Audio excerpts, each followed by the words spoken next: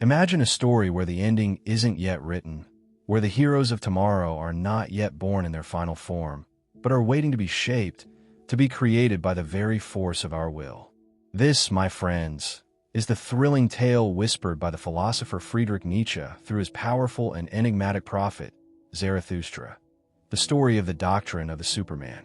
Now, the very word Superman might conjure images of caped figures with incredible strength, leaping over buildings in a single bound. But I urge you to set aside those comic book fantasies for a moment, because the Superman we speak of today is something far more profound, far more exciting, and far more real. Nietzsche Superman, or as he originally called it, the Übermensch, is not a being of magical powers. Instead, it represents the untapped potential within humanity itself, a higher type of human being that we can, and perhaps even must, strive to become. Think of it like this. Consider the acorn. It's a humble thing, small and seemingly insignificant. Yet, within that tiny shell lies the blueprint for a mighty oak, a towering giant that can withstand storms and provide shelter for generations. But the acorn must undergo a transformation. It must break free from its shell, send roots deep into the earth, and reach its branches towards the sunlight. Similarly, Nietzsche suggests that man is something that is to be surpassed. He throws down a gauntlet, a thrilling challenge to each and every one of us. What have you done to surpass man? This isn't just about being a little bit better, a little bit kinder. It's about envisioning and willing a fundamental evolution of our very being. Zarathustra proclaims with fiery conviction that the Superman is the meaning of the earth. Let your will say, the Superman shall be the meaning of the earth. This isn't a passive wish, a distant dream. It's an active declaration, a passionate commitment to a future where humanity has broken free from its current limitations, where we have ascended to a new zenith of existence. But what are these limitations we need to shed? Nietzsche takes a hard look at the values and beliefs that have shaped our civilization, particularly those stemming from Christianity. He argues that Christianity, born from what he sees as the resentment of the weak, has denigrated the beautiful, the strong, the proud, and the powerful, all the vital qualities that arise from strength and a vibrant affirmation of life.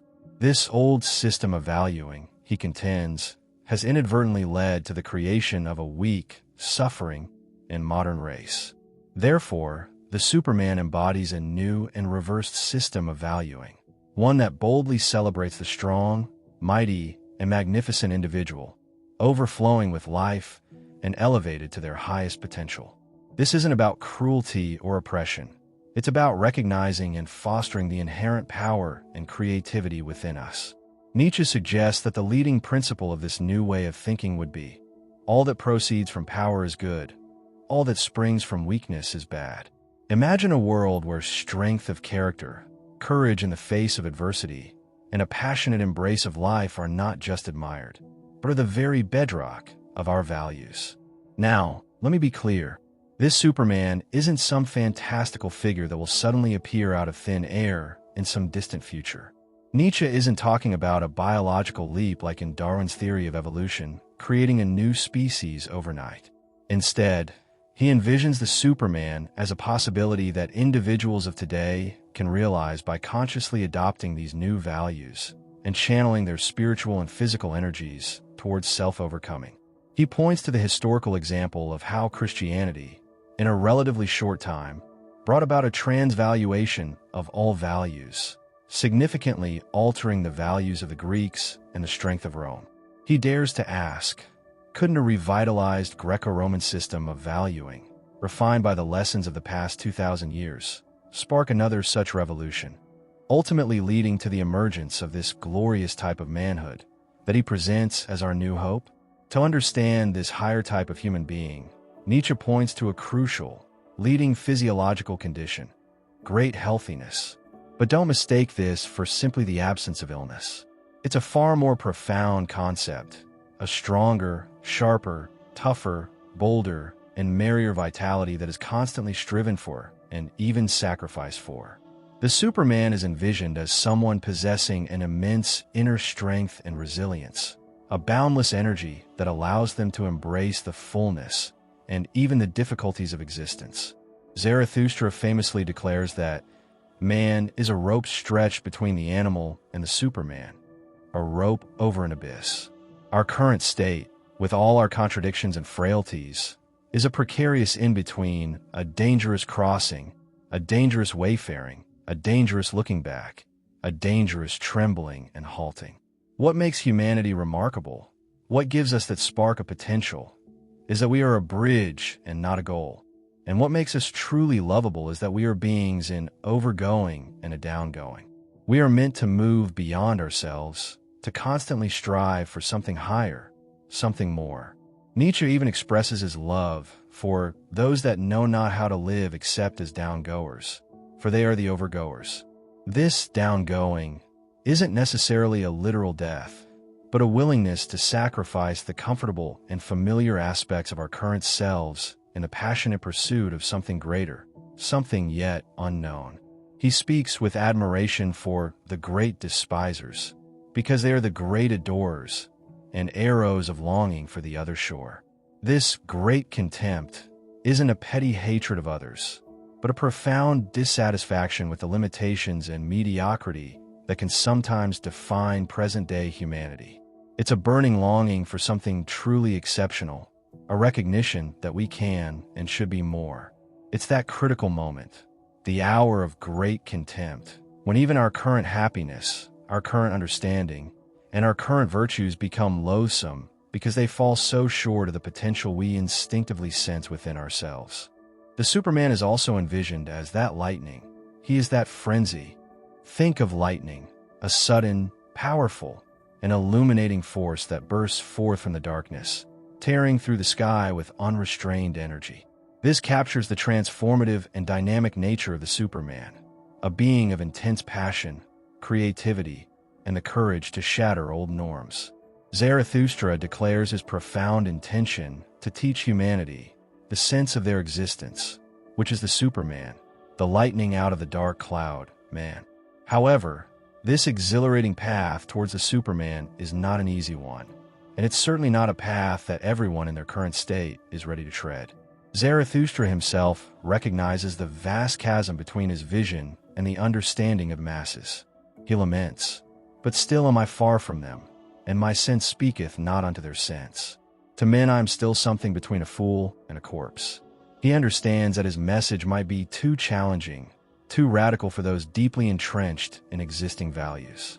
Therefore, he chooses to speak not to the crowds, but to living companions who will follow me because they want to follow themselves, and to the place where I will.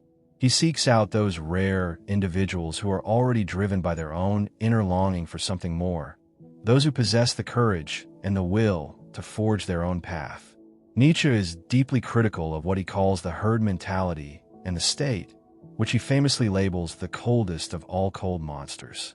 He argues that the state often lies by claiming, "I, the state, am the people," when in reality, it can be the destroyers who lay traps for the many.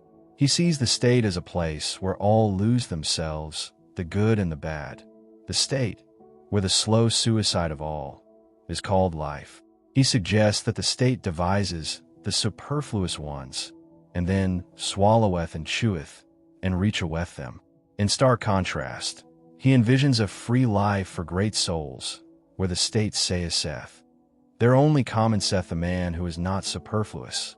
It is in this realm beyond the stifling constraints of the state, in the realm of individual creation and self-mastery, that Nietzsche envisions the rainbow and the bridges of the Superman. The journey towards the Superman also demands a rejection of superearthly hopes.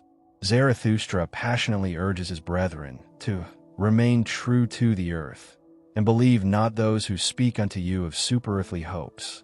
Poisoners are they, whether they know it or not. He sees an excessive focus on an afterlife or otherworldly ideals as a blasphemy against the earth, a devaluation of the very existence and potential that we possess here and now. He firmly believes that our primary focus should be on creating meaning and value in this life, on this earth, rather than seeking solace in some imagined beyond. This earthly focus is intrinsically linked to Nietzsche's powerful declaration that God is dead. This isn't necessarily a literal statement of atheism, but rather a profound recognition that the traditional religious frameworks that once provided meaning, purpose, and value to humanity have lost their power and credibility in the modern world. With the perceived death of God, humanity is left to its own devices, both liberated and burdened with the ultimate responsibility of creating its own values and forging its own purpose. It is in this very void, this space of unprecedented freedom and responsibility, that the urgent need for the Superman, as the new source of meaning and direction, becomes paramount. Dead are all the gods. Now do we desire the Superman to live. The arduous path to becoming the Superman is one of relentless self-overcoming, a constant and courageous striving to transcend our current limitations, both internal and external. Nietzsche emphasizes that mine ego is something which is to be surpassed. Mine ego is to me the great contempt of man. This isn't about self-destruction or self-hatred, but about recognizing that our present selves are merely stages on a journey, something to be moved beyond in the pursuit of greater heights. This requires a powerful WillToPower, a fundamental driving force within all living beings to grow, to overcome obstacles, to assert their strength, and to create. Life itself, according to this perspective, is essentially about appropriation, injury, conquest, suppression, and exploitation, driven by this inherent will to grow and become more.